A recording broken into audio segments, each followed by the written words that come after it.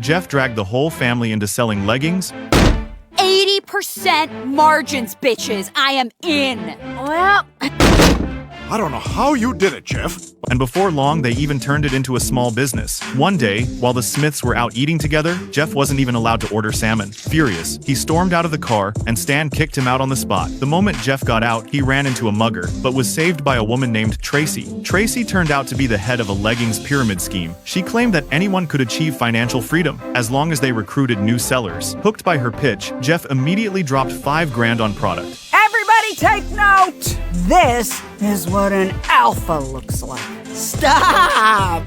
When Haley and the family found out, they were horrified. But after Tracy hyped up the huge profit margins, the entire family jumped on board. Soon the Smiths had their own little company, with Jeff still treated as nothing more than an employee. To move product, they threw a big party for friends and relatives. Nobody bought a thing except from Jeff, who unexpectedly charmed the guests, and stole all of their potential customers. Enraged, the Smiths declared war. Jeff announced he'd compete against them, and they agreed to settle it during the end-of-month bonus week. They pushed leggings harder than ever, until the long-awaited awards ceremony arrived. Jeff was crowned top seller of the month, and even scored a massage chair as a prize. But instead of feeling proud, Jeff grew uneasy. It turned out Jeff hadn't sold a single pair. He'd been secretly buying all the inventory himself, even resorting to robbing a bank for cash. A televised sports event gave Jeff an idea. Using CIA resources, he had fighter jets drop leggings over the stadium. The crowd wasn't impressed. Everyone returned their leggings. Jeff finally broke down and confessed he was a fraud. Kill me!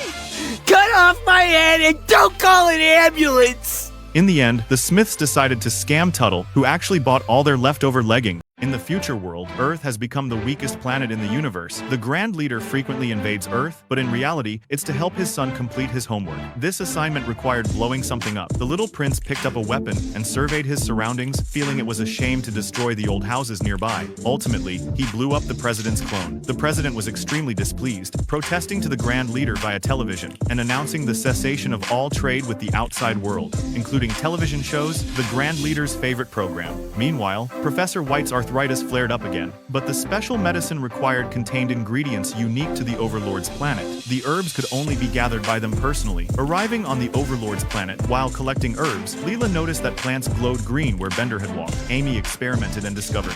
Bender's magnetic field activated the herbs' bioluminescence, exactly the medicine they sought. Fry noticed pyramid-like palaces and wanted to get closer, instructing Bender to call him. But the Overlord and his men suddenly appeared. Bender lied that everyone was already aboard, and quickly pressed the ship's launch button. The Overlord lunged at empty air. The little prince wanted to play ball with the Overlord. After being refused, he went alone to the storage room. He heard strange noises. He scattered candy to lure them. Fry was drawn over. The little prince explained it was his poop, and invited Fry to become his pet. Fry then tried to call everyone on the phone, but it was useless because communication between Earth and the Overlord's planet had been cut off. The little prince rode his bicycle, carrying Fry as they flew between planets. They arrived at a communications equipment junkyard. Fry successfully transmitted a massive distress signal.